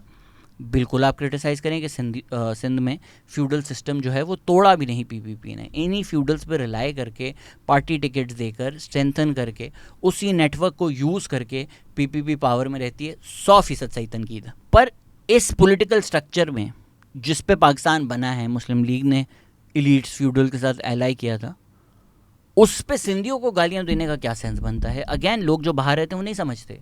आप बलोच को किस बात पे गाली देते हो? अबे तुम लोग सरदार। वो आगे से कहते हैं हमारे कहाँ आपके सरदार हैं, स्टेट के एजेंट्स हैं। स्टेट ने वहाँ सरदार बनाए हुए हैं ना, जिनको वो पेट्रनेज देते हैं। उसी तरह सिंध में जो ये इलेक्टेबल्स फ्यूडल्स हैं, स्टेट की पेट्रनेज से एग्जिस्ट करते हैं ना। पाकिस्तान पीपल्स पार्टी तो उसी नेटवर्क को यूज़ कर रही है, उसी नेटवर्क, उसी सिस्टम का हिस्सा बनी हुई है, उसके अगेंस्ट रेवोल्यूशन नहीं ला रही। बट सिस्टम तो स्टेट का बनाया हुआ है ना, वो तो 47 से चलता आ रहा है, वो तो उन्होंने इनहेरिट किया। सिंध के लोग उन्हीं फ्यूडल से बेजार आए हुए हैं भाई, जो लोग खेत पे काम करते हैं, जो लोग बेचारे वहाँ जुल्म सहते हैं, उनको किस बात की आप गाली देते हो यार? मतलब तो उस तरह की बात होगी कि पंजाब में बॉन्डेड लेबर है, ब्रिक एंड वर्कर्स हैं, मैं उनके पास यहाँ पे जहनी गुलाम साले। तो किस it's just elite drawing room में कभी कभी डिस्कशंस हो रहे होते हैं ना, मेरा दिल चाहता है किसी दीवार पे जाकर मैं अपना सर मार दूं कि तुम जज किसको कर रहे हो और किस बेसिस पे कर रहे हो। तारीख पढ़ो, देखो, उनकी लिव्ड रियलिटी देखो, फिर समझो कि अगर कुछ हो रहा है तो वो क्यों हो रहा है। अजीब लोगों का प्रेजुडिस है, ये ज़हनी गुलाम है, वो ज़हनी गुलाम है, क्योंकि भाई वो आपके हैंडसम को नहीं मानते। तो सिंध में ये है, ये एक मसला है। इसमें सिंधी लोगों को गाली देने का कोई सेंस नहीं बनता। आप ये ज़रूर कह सकते हैं कि लैंड रिफॉर्म्स नहीं हो रहे। मेरी पर्सनल राय अगर जानना चाहें आप, मैं एक लेफ्ट लीनिंग आदमी हूँ। इंटरेस्टिंगली पंजाब में वो ज़मींदार होते हैं, सिंध में वो फ्यूडल्स होते हैं, रिगार्डलेस जो भी हो, मैसिव लैंड ओनरशिप के मैं वैसे खिलाफ हूँ। ये जो एकड़ बाय एकड़ उस पर आप लोगों ने लोग लगाए हुए हैं जो कर्जे लेके उस पर ज़मीन काश्त कर रहे हैं, फार्मर बेचारे को नहीं जा रहा, लैंडलॉर्ड को सबसे बड़ी सब्सिडी भी जा रही है, प्रॉफिट भी जा रहा है। मैं तो उस पूरे सिस्टम के खिलाफ हूँ। मैं तो कहता हूँ फाइनेंशियली डी इंसेंटिवाइज करें आप कि यार इतने एकड़ के आगे अगर तेरे पास ज़मीन होगी तो हम 70-80% गवर्नमेंट जो है वो टैक्स लेगी। जो करना है आपने करें। मैं तो massive land ownership, massive land holdings के खिलाफ हूँ, वो ज़मींदार कहें, फ्यूडल लॉर्ड कहें आप उसको। इसी तरह खैबर पख्तूनख्वा में 3 दफ़ा पीटीआई इलेक्ट हो, 11 साल रूल करे, तो जीनियस खैबर पख्तूनख्वा के लोग सलाम है आपको। पीपीपी को करे 3 इलेक्शंस में ज़हनी गुलाम। क्यों भाई? वो लोग वोट दे रहे हैं, आपसे डिफरेंटली दे रहे हैं, तो कुछ सोच के दे रहे होंगे ना, किसी बेसिस पे दे रहे होंगे। या तो मैं भी चलता हूँ, साथ चलते सिंध चलते हैं, देखते हैं, लोगों से पूछते हैं भाई तू क्यों वोट दे रहा है। बट दिस आइडिया कि जो किसी पार्टी को वोट दे रहा है और आपका वाला हैंडसम उसको नहीं पसंद, वो जहनी गुलाम है, वो पागल है। किस बेसिस पे ये नफरतें और प्रेजुडिस बढ़ाया जा रहा है एक ऐसे खत्ते के बारे में जहां ना आप कभी गए हैं, ना उनके लोगों को जानने की कोशिश की है।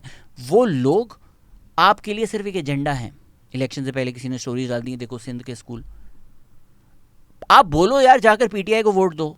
आप लोगों की गुर्बत, गरीब बच्चों को क्यों एक्सप्लॉइट कर रहे हो यार? आपको शर्म नहीं आती? आप गरीब बच्चों की पॉवर्टी को यूज़ कर रहे हो इंटरनेट पॉइंट स्कोरिंग के लिए कि ये देखो गरीब बच्चा ढूंढ। मैं जाके खैबर पख्तूनख्वा में जितनी अंडर डेवलपमेंट तस्वीरें ले लूँ, हिस्टोरिक अंडर डेवलपमेंट है ना खैबर पख्तूनख्वा में, हिस्टोरिक अंडर डेवलपमेंट है बलूचिस्तान में, हिस्टोरिक अंडर डेवलपमेंट है ना सिंध में। सिस्टम जो है, स्ट्रक्चर जो है, जो पेरिफेरीज को मार्जिनलाइज करता है, रिसोर्सेज नहीं देता, प्रोविंशियल फंड्स पहले कम मिल रहे होते थे, उसको डिस्कस करें। एक पार्टी को गाली देकर आपको क्या मिल जाएगा? बिकॉज आपका इंटरेस्ट नहीं है कि यार लोगों की ज़िंदगी कैसे बेहतर करती हैं। आपको एक पार्टी को गाली देनी है, एक पार्टी को प्रमोट करनी। साथ ही साथ मैंने आपको हिस्टोरिक मार्जिनलाइजेशन तो समझा दी है, बट उसकी एक फिजिकल एम्बॉडीमेंट भी होती है। अभी रिसेंटली जिस तरह सिंध में हमें पता है कि वो जो पाकिस्तान का बनता है, सकर बराज पे जाकर आप मेजर कर दें कि यार इस महीने में इतना मिलना चाहिए सिंध को पानी, वो उतना नहीं होगा, उससे कई कम क्यूसेक होगा। लोग जो है वो कहत फेस करते हैं, फ्लड्स फेस करते हैं। साथ ही साथ अभी जो इंडस रिवर एक्ट है उसको बदलने की बातें हो रही थी, वाइस चेयरमैन बदलने की बातें हो रही थी। खदशा ये था या डर ये था कि यार सिंध का जो पानी है वो लेकर SIFC के जो एग्रीकल्चर क्रॉप्स बना रहे हैं हम, इंटरनेशनल इन्वेस्टमेंट के लिए वहाँ दे दिया जाएगा, वहाँ पे पानी की ज़रूरत है। PPP उसको अपोज कर रहा है। आप जो ये डैम प्रोजेक्ट्स होते हैं जिससे सिंध का नुकसान होगा उसको PPP अपोज करता है। सिंगल नेशनल करिकुलम जैसी चीज़ें जो सिंध पे लोगों बच्चों के दिमाग कंट्रोल करके उनको एक तरह का पाकिस्तानी बनाना चाहते हैं, सिंध उसको रेजिस्ट करता है। अभी एक एक्सट्रीमिज़म आइडियोलॉजी पाकिस्तान में आ रही है, सिंध उसको रेजिस्ट कर रहा है। इन सब इश्यूज़ में PPP सिंध को रिप्रेजेंट करती है। तो लोगों को लगता है अच्छा यार कोई तो है जो सिंध की आवाज़ उठा रहा है। दैट बीइंग सेड, मुझे लोग कहते हैं you are a PPP Sindhi nationalist. अबे भाई, that's like saying you are a vegetarian meat eater. ये दोनों चीज़ें ऑपोजिट हैं। आप सिंधी नेशनलिस्ट से जाके बात करें, वो तो एंटी PPP होते हैं, समझे। बलूचिस्तान में अगर एक PPP होती तो बलूचिस्तान में वो नहीं हो रहा होता जो आज हो रहा है। PPP connects Islamabad to Sindh. PPP keeps the state and structure of Pakistan together. जो कनेक्शन बलूचिस्तान में नहीं है, ये रफ़ीउल्लाह काकड़ ने भी बोला था, पीपल लाइक सरदार अख्तर मैंगली, ये आखिरी कनेक्शन रह गए इस्लामाबाद और बलूचिस्तान का, ये टूट गया तो he fears what might happen. Sindh में जब ये सिंधी नेशनलिस्ट मूवमेंट्स होती हैं, पॉपुलर होती हैं, उनमें ज़्यादा स्टीम या वो मास पीपल्स मूवमेंट नहीं बनती, क्योंकि उनके जो एक्चुअल इश्यूज़ हैं, पानी का इशू हो गया, सिंध की रिप्रेजेंटेशन, कल्चर, वो PPP को ऑप्ट कर लेती है, उनको नेशनल लेवल पे ले जाती है, रिड्रेस कर लेती है या लड़ती है। तो एज सच एक ग्राउंड स्वेल जिस तरह महारंग बलोच का है बलूचिस्तान में, या पश्तून तहफ़्फ़ुज़ मूवमेंट है खैबर पख्तूनख्वा में, वो नहीं है सिंध में उस तरह से या उस लेवल पे। ऑफ कोर्स बहुत पॉपुलर सिंधी नेशनलिस्ट मूवमेंट्स हैं। PPP ने कहीं ना कहीं उस सिंधी नेशनलिज्म का आइडिया भी कोऑप्ट कर लिया है और मेक श्योर किया है कि ये एंटी एस्टैब्लिशमेंट, एंटी स्टेट भी ना हो। सिंध के जो लोग हैं उनका सिंधी नेशनलिज्म भी कहीं ना कहीं बोल रही है हम प्रोटेक्ट करेंगे, स्टेट को भी बोल रही है आपके इंटरेस्ट हम प्रोटेक्ट करेंगे, हम ये कोई अलहदगी पसंद मूवमेंट यहाँ नहीं चलने देंगे। तो that keeps the federation, that keeps Sindh and Islamabad connected, and that the way is PPP. PPP मजबूरी है इस्टेब्लिशमेंट की, इस्टेब्लिशमेंट की कभी सगी नहीं रही पीपीपी, मतलब ख़ानदान मार दिया पूरा का पूरा यार। पीपीपी मजबूरी है। जब हम ऑप्शंस की भी बात करते हैं ना, जो पीपीपी के ख़िलाफ़ पार्टीज़ भी आती हैं, जीडीए हो, पीर पगाड़ा हो, एमक्यूएम हो, परसेप्शन लोगों का यही होता है कि ये इस्टेब्लिशमेंट की पार्टीज़ हैं, क्योंकि सालों साल पीस बाय पीस पीपीपी को तोड़ने की कोशिश इस्टेब्लिशमेंट ने की है। तो इन पार्टीज़ पे ऑलरेडी एक शक होता है कि इस्टेब्लिशमेंट की पार्टीज़ है। फिर जो आपकी दो मेजर पार्टीज़ हैं, पीटीआई, पीएमएलएन, वो तो सिंध वाले लोगों को इंसान ही नहीं समझती। वो तो उनको पता है कि यार the way to Islamabad is through Punjab. Punjab जीतेंगे तो नेशनल लेवल पे गवर्नमेंट बनाएंगे, बलूचिस्तान सिंध में क्या करना है हमने। तो वो फोकस भी नहीं करते। सिंध जब पूरा का पूरा अंडर वाटर था, लोग डूब रहे थे, लोग मर रहे थे, लोगों का हर चीज़ जा चुकी थी। एक दफ़ा आए इमरान खान, अपना टेंट लगाया है, उसमें 4 लोगों को बिरयानी दी है, चले गए हैं। मोस्ट उन्होंने जो सैक्रिफाइस की है, बेचारे थोड़ा पानी की छींटें उनके जूतों पर आ गई थी, तो इतनी थैंक यू सिंध के लिए, आपने इतनी कुर्बानी दी। ना फ्लड्स की बात की, ना राइट्स पे लड़े, इनफैक्ट बोला तो डिस्ट्रैक्शन है। आई फॉरगॉट किसने पीटीआई में इस तरह की बात की थी। फोकस वही रखो कि भाई तोशा खाना केस में क्या हो रहा है, ज़बान पार्क पहुंचो। तो सिंध के जो लोग हैं, जो डूब रहे हैं, जो मर रहे हैं, जिनकी सालों साल की सेविंग सब उड़ चुकी है, वो अंडर वाटर देख रहे हैं कि यार ना कोई आ रहा है, ना कोई मीडिया है। रिलीजियस पार्टीज़ के कैंप्स लगे, एनजीओज़ के कैंप्स लगे, पीपीपी के लीडर्स गए, पीपीपी के लोग गए, that was it, that was the only ground presence. 1971 से पहले 1970 हुआ भोला साइक्लोन, जहाँ बांग्लादेश के लोगों को लगा कि भाई हमारी तो वेस्ट पाकिस्तान ने मदद ही नहीं की। बलूचिस्तान में फ्लड्स आए, सिंध में फ्लड्स आए, बलूचिस्तान सिंध सब के लोगों को लगता है कि हमारी मदद नहीं की गई। जब हुआ था, नाजिर ब्रोही आई थी इधर, उन्होंने आपको बताया कि पीपीपी के रिस्पांस में डिज़ास्टर दावर भट्ट आए हुए थे, उन्होंने भी बताया कि यार डिज़ास्टर मैनेजमेंट में कितने मसले मसाइल थे, नहीं था अच्छा पीपीपी का रिस्पांस। अब जो कॉप पे जाके केस लड़ा शेरे बांटर, गुड जॉब, पैसे आए हैं, Asian development bank, world bank projects कर रही है, तो लोगों को क्या नज़र आ रहा है कि यार एक साल बीबी वाला बंदा था और कोई पॉलिटिकल पार्टी नहीं थी। अब जो ये घर बन रहे हैं, ये कंपनी बना रही है, इनसे मिलके बना रही है, तो किसको लोग वोट देंगे? ये उनकी लिव्ड रियलिटी रही है पिछले कुछ साल in the context of the past 70 years. और आप कहते हैं इमरान खान को वोट क्यों नहीं दे रहे ज़हनी गुलाम? आप ज़हनी गुलाम हैं कि यार कुछ परफॉर्मेंस ना हो, कुछ ना हो, कुछ हिस्ट्री ना हो, कुछ प्रेजेंस ना हो, कैंपेन तक ना करे, नाम तक ना ले आदमी वो सिंध का, लेकिन उन लोगों को वोट उसको करना चाहिए क्योंकि वो हैंडसम है। वो पागल हैं लोग। साथ ही साथ पीपीपी की जो पॉलिसीज़ हैं उसमें लोगों का फ़ायदा होता है, बेनज़ीर इनकम सपोर्ट प्रोग्राम हो, एनसीवीआईडी हो, पॉलिटिकल पेट्रेनेज भी होता है। ज़ाहिरी बात है कि आप जो लोग थोड़े इन्फ्लुएंशियल हैं या इलेक्शन जीत सकते हैं, उनकी फैमिलीज़ को आपने नौकरियाँ दिला दी। जहाँ तक डेवलपमेंट का सवाल है, leaves a lot to be desired. Schools, education, health, अच्छा जी, बड़े बड़े जो फैंसी प्रोजेक्ट हैं, एनसीवीआईडी, सूट, इंडस, ये तो बड़े खूबसूरत लग रहे हैं, but basic access to health care है उसमें से बड़ा लैकिंग है कि यार हर इंसान से कितने किलोमीटर दूर एटलीस्ट एक क्लिनिक है। उस तरह की जो बेसिक नेसेसिटीज़ हैं, इंफ्रास्ट्रक्चर है, सिंध उसमें लैकिंग है। अगैन मैं यहाँ ये बैठ के ये नहीं करूँगा इधर इतनी करप्शन हुई, वो हुई, मुझे लगता है करप्शन के नैरेटिव से इस्टेब्लिशमेंट ही स्ट्रेंथन होती है, तो मैं तो उसमें पढ़ता ही नहीं हूँ। लेकिन सिर्फ तस्वीरें गूगल करके राय देना, ये देखें सिंध में डेवलपमेंट नहीं क्यों हुई, मैंने गूगल किया सिंध डेवलपमेंट, ये आ गई, सिंध गो स्कूल किया, ये आ गई। इस तरह तो बैठ के मैं वीडियो बना दूँ नमीबिया में क्या डेवलपमेंट हुई है, क्या नहीं हुई है। जाकर देखें तो लोगों से बात करें, उनको इंसान समझें, उनसे पूछें कि भाई तू वोट देता है, क्यों देता है। जहाँ तक मेरा पर्सनल सवाल है, डू यू बता भी दे। ओ नो, कितने 70 मिनट के वादे करके पता 90 मिनट बोल चुका हूँ मैं। क्यों तू अच्छा लगता है, वक्त मिला तो पूछेंगे भाई क्या आप सपोर्ट करते हैं, क्या आपकी सिंपथीज़ हैं। जहाँ तक सिंपथीज़ का ताल्लुक है, मैंने आपको शुरू में भी बता दिया, भाई इमरान खान के साथ भी होता तो भी मेरी सिंपथीज़ होती हैं। ख़ानदान को चुन चुन कर मारा गया है सालों साल। ह्यूमन लेवल पर क्या मेरी सिंपथीज़ हैं? बिल्कुल हैं। पार्टी लेवल पर again I can understand but not support, क्या मुझे समझ में आता है कि पीपीपी को जितना वीकन कर दिया गया एक कॉम्प्रोमाइज़ पोजीशन में लेकर आया जहाँ उनकी मजबूरी थी कॉम्प्रोमाइज़ करने की? बिल्कुल मैं यहाँ पे एकेडमिकली बात कर सकता हूँ। उन्होंने पावर में रहने के लिए कॉम्प्रोमाइज़ करके मुल्क चला रहे हैं फ्यूडल्स के साथ। क्या मुझे इस चीज़ को सपोर्ट करने की ज़रूरत है? नहीं, मैं इसके अगेंस्ट हूँ। आई वुड से फिर पावर में रहने का फ़ायदा क्या? अगर तो ये आपके इलेक्टेबल्स MNAs ये आपको ब्लैकमेल कर सकते हैं तो क्या कर रहे हो पावर में रहकर? ये एक इटर्नल डिबेट है। लोग बोलेंगे अच्छा पावर में रहकर अच्छी, कुछ पीपीपी ने अच्छी लेजिस्लेशन पास की है, बिल्कुल की है। अगर हम कंपेयर करें whether that be the restraint of child marriage, domestic violence bills हों, प्रोटेक्शन ऑफ ट्रांस हो, सिंध आगे रहा है। सेहत कार्ड जो है वो भी, जब हेल्थ इंश्योरेंस प्रोग्राम वसीला सेहत था, सिंध आगे था। सोशल वेलफेयर प्रोग्राम्स में आगे है।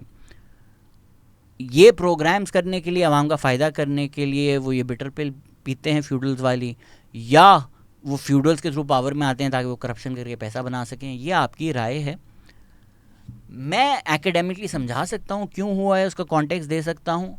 मेरी पोजीशन अगर जानना चाहें तो बता सकता हूँ कि भाई मुझे समझ में आ रहा है क्यों करें, बट मैं इनको सपोर्ट नहीं करूँगा ये करने पर। किस बेसिस पे आप सपोर्ट करते हैं जी? कैंडिडेट्स और पॉलिसीज़ भी की अगर हम कैंडिडेट देखें, मुझे फ़रहतुल्ला बाबर अच्छे लगते हैं, रज़ा अरबानी ने अच्छा इलेक्शन किया, आई थिंक शरीमान highly competent. That being said, most of PP की जो कैंडिडेट हैं, आई नो अब यहाँ पीपीपी वाले बोलेंगे यार क्या आप इतने कैंडिडेट्स देखें, यहाँ पर इसने फ्यूडल को हराया, यहाँ पर एक रिलीजियस माइनॉरिटी को हमने आगे किया। एक्सेप्शंस आपको मिल जाएंगे, एक्सेप्शनल केसेस मिल जाएंगे। बाय एंड लार्ज पीपीपी के जो कैंडिडेट्स हैं वो मुझे नहीं अपील करते। उसमें से कई ऐसे लोग हैं जो फ्यूडल सिस्टम का हिस्सा हैं, एलीट कैप्चर का हिस्सा हैं, जिसके खिलाफ मैं भौंकता रहता हूँ। तो मैं कैसे सपोर्ट कर सकता हूँ ऐसी पार्टी को? साथ ही साथ अक्यूज्ड मर्डरर्स हैं, नाजिम जोकियों के अक्यूज मर्डरर हैं, नसरुल्लाह गडानी के अक्यूज मर्डरर्स हैं। एक पार्टी जिसमें अक्यूज्ड मर्डरर्स हैं उनको टिकट दी जा रही है। मैं कैसे उस पार्टी को सपोर्ट कर सकता हूँ जो फ्रीडम ऑफ स्पीच की बात करता है, फ्रीडम ऑफ प्रेस की बात करता है? ये इन दोनों वाक्यों पे मैंने मल्टीपल पॉडकास्ट में बोला है। तो मैं कैसे सपोर्ट कर सकता हूँ पार्टी को? दूसरी चीज़ है policies. I do agree with some of PPP's policies. Bilawal Bhutto पे जब पॉडकास्ट आया था आई वाज सरप्राइज्ड। वो उन्होंने शुरू में तो बोला मैनिफेस्टो पढ़ो, एंड आई वाज लाइक नहीं, मैं ये नहीं पूछ रहा कि आप करेंगे, हमने कैसे करेंगे, नहीं कैसे स्पेसिफिकली मुझे बताएं। तो I was actually quite surprised. फिर तो उन्होंने वही बातें की, एलीट सब्सिडी वाली, एलीट कैप्चर वाली। जब मैं स्पेसिफिक हो गया, मतलब भाई फौजी फर्टिलाइज़र को अगर मिल रही है सब्सिडी, वो आप वापस लेंगे? उन्होंने बोला लेनी पड़ेगी। तो मैं जो कहता हूँ कि पाकिस्तान में जो एलीट सब्सिडीज़ हैं, एलीट कैप्चर है, इनको जो एलीट प्रिविलेजेस मिल जाती हैं, ये इनसे वापस लें। अगर पीपीआई करती है या नहीं करती है, अभी सिर्फ पॉलिसी की बात कर रहे हैं, इन ऑन ग्राउंड तो वो एलीट कैप्चर का हिस्सा है, एलीट स्टेटस को पार्टी है, एलीट नेटवर्क के साथ मिलकर रूल करते हैं। पॉलिसीज़ की बात है, मैनिफेस्टो की बात है, अगर तो वो सारी बातें कर रहे हैं जो मैं पॉडकास्ट में करता हूँ, तो उस पॉलिसी को मैं सपोर्ट कर सकता हूँ without supporting the party. Billion tree लगाना चाहता है पीटीआई, में बिल्कुल सपोर्ट करता हूँ।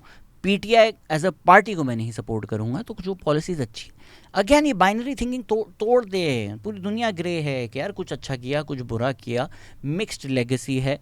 हिस्टोरिकली मैं करप्शन की बात नहीं करता, मैंने आपको बता दिया क्योंकि इस्टेब्लिशमेंट का एजेंडा है। साथ ही साथ जुल्फ़िकार अली भुट्टो को मार दिया, बेनज़ीर भुट्टो को मार दिया, that becomes the dominant narrative now. Things have to be looked at and discussed in that context. Obviously Kader Patel जैसे भी लोग हैं पीपीपी में जो वही कैप्टन सफदर वाली बातें करते हैं, मैं नहीं उसको सपोर्ट कर सकता। दैट बीइंग सेड, पीटीआई और पीएमएल-एन से क्या रिलीजन के मामले पे ज़्यादा प्रोग्रेसिव है? ऑफ कोर्स है। अगेन एमक्यूएम की भी अगर हम बात करें, मैं नहीं सपोर्ट करता। मेरे हज़ारों करोड़ों मसले हैं एमक्यूएम में। क्या मैं ये सपोर्ट कर सकता हूँ कि यार सेक्युलर पार्टी थी, रिलीजन की बेसिस पे या इवन सेक्टेरियन हेटरेड नहीं फैलाते थे? बिल्कुल, आई कैन अप्रिशिएट कि that's a good thing without becoming a MQM supporter. उसी तरह पीपीपी कुछ अच्छा करे तो मैं सपोर्ट कर सकता हूँ without becoming a PPP supporter. बाकी जो मेरा फंडामेंटल वर्ल्ड व्यू है, मेरी जो हाउ टू फिक्स पाकिस्तान की वीडियो है कि पाकिस्तान का मसला क्या है, मिलिट्री इस्टेब्लिशमेंट की जो इंटरफियरेंस है सिविलियन मैटर्स में, तो इस वक्त जो पीपीपी है जो मिलिट्री इस्टेब्लिशमेंट के साथ मिलकर काम कर रही है, डेमोक्रेसी को कॉम्प्रोमाइज़ कर रही है, मिलिट्री इस्टेब्लिशमेंट के साथ है, तो मैं कैसे उस पार्टी को सपोर्ट कर सकता हूँ? मेरा 3.5 साल पीटीआई के साथ मसला ही ये रहा कि जी मिलिट्री की गोद में बैठकर आप आए हैं। तो जब पीपीपी सिलेक्टेड करती मैं आप पे सिलेक्टेड हुई, मैं क्यों सपोर्ट करूँगा सेलेक्टेड होने को? या मैं क्यों सपोर्ट करूँगा इस्टेब्लिशमेंट की बी टीम बनने को? इस्टेब्लिशमेंट के इंटरेस्ट में है कि हम एक दूसरे को जियाला पटवारी यूतिया बोलते रहें, एक दूसरे को गालियाँ देते रहें और हमें लगे पाकिस्तान का यही मसला है कि इसके पेट से निकालना है फाड़ के, वो करप्ट है, ये स्विस डॉलर्स हैं, और जो स्ट्रक्चरल इश्यूज़ प्रॉब्लम्स हैं उसको हम डिस्कस ही ना करें या उस तरफ सोचें ही ना हम। जी 3 पार्टीज़ हैं, तीनों एलीट स्टेटस को का हिस्सा है, मैं तीनों को नहीं सपोर्ट करता। आपको उनमें से एक लेसर ऑफ इवल्स लगती है, आपको लगता है यार मेरे लिए ये इंपॉर्टेंट हैं इशूज़ इसलिए मैं वोट दूंगा, मेरे लिए ये इंपॉर्टेंट है मैं इसलिए दूंगा, आप दें। मॉरल जंग इसको बनाना, राइट रॉन्ग की जंग बनाना, वर्चू सिग्नलिंग करना, हम हक पे हैं और तुम लोग कर, यार ये जो सिंपलिस्टिक बाइनरी थिंकिंग है इससे बाहर आके पॉलिटिक्स को देखें आप। और सिंध को समझना है, सिंध जाएं यार, घूमें फिरें, आपका मुल्क है, खुला है, go talk to people, see what it is. In fact मेरा खुद का यही इरादा है कि सिंध जाऊँ, ज़रा समझूँ, देखूँ खुद अपनी आंखों से, आप लोगों को भी दिखाऊँ। शायद इस साल तो ना हो, नेक्स्ट साल सिंध व्लॉग सीरीज़ कमिंग। इंसानों की तरह जब आप लोगों को देखेंगे ना, होपफुली आप इंसान समझेंगे, तो लोगों को इंसान समझें, पार्टीज़ को खुदा मत बनाएं, वो कुछ गलत करती हैं कुछ सही करती हैं, लोग कुछ सही करते हैं कुछ गलत करते हैं, उस कॉन्टेक्स्ट में देखें, उस कॉन्टेक्स्ट में समझें, एम्पैथी रखें लोगों के लिए। प्रेजुडिस, आइडेंटिटी पॉलिटिक्स, हेट, इस बेसिस पे ना लोगों को जज करें, ना आवाम को जज करें, ना पार्टीज़ को जज करें। आपका वर्ल्ड व्यू हो सकता है इंटायरली डिफरेंट हो from the world view of somebody living in थर, बिकॉज आप दोनों के लिव्ड एक्सपीरियंसेस बिल्कुल अलग हैं। आई नो ये वीडियो थोड़ी लंबी हो गई, but thank you so much for watching. मैंने एडिट में ही देख लिए थे अपने बाल पिछली वीडियो में, तो मैंने पोस्ट करने से पहले ही कटवा दिए थे, बट थैंक यू जितने लोगों ने मैसेज किया, इतनी अच्छी मेरे ख्याल से मैंने वीडियो बनाई, इतना अच्छा उसमें मैसेज था, सारे कमेंट्स हैं, बाल देख आपने, देखो बाल अभी, आप लोगों के लिए मैं आज तैयार हुआ हूँ कि देख लो बाल भाई, खुश हो जाओ। Thank you very much.